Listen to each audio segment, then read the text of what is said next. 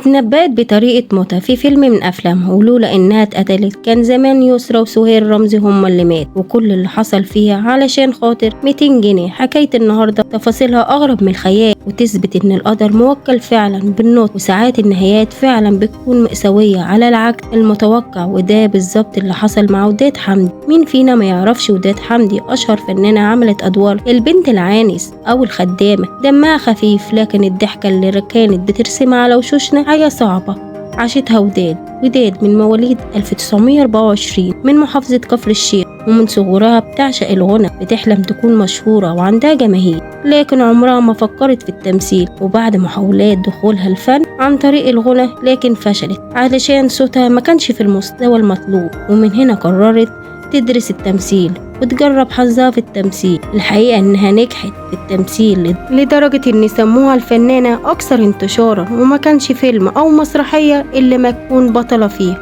وعملت في مسيرتها 600 فيلم، لكن عمرها ما دخلت دور بطولة. وكانت وداد ما بتفرقش معاها الكلام ده، هي بتشتغل علشان بتعمل الحاجة اللي بتحبها بس، لكن أجرها ما كانش عالي، وكل الناس مفكرين إنها يا ما هنا ويا ما هناك. وكان أول الناس دي ناتي بسيوليس، كان قاعد النية إنه يقتل، لكن هي مش السبب الرئيسي. يوم الجريمة راح لسهير رمزي لكن ما لقاهاش، وفضل قاعد وقت طويل مستنيها وما جاتش. اخد بعضه وراح طلع على بيت يسرا، لقاها نفس الكلام، يسرا ما كانتش موجودة في البيت. كان الامل الوحيد اللي فاضله هي وداد، وبالفعل راح لوداد لقاها وقال لها انا عاوزك في دور جديد هيغير من مسيرتك في حياتك الفنية. وراح قعد معاها، وفي وسط القعدة طلب منها يدخل الحمام، واول ما لفت وشها علشان تجيب له فوطة بدأ في تسديد الطعنات فيها بشكل عشوائي. وصل عدد الطعنات ل 35 طعن.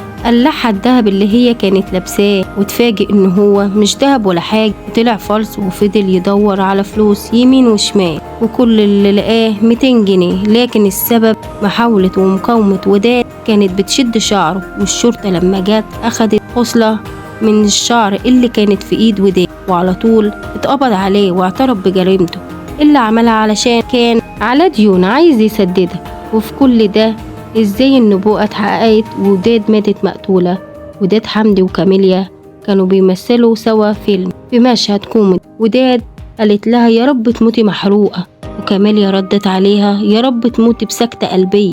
وكان أبواب السماء كانت مفتوحة للاتنين، وفعلا ماتت بأغلب الطعنات في قلبها، وكاميليا ماتت محروق في الحادث الطيار. تفتكروا بقى فعلا القدر وداد كان موكل لها بالنطق، واللي حصل في الفيلم ده كان فعل وحش ولا موضوع مش أكتر؟ شاركونا الرأي.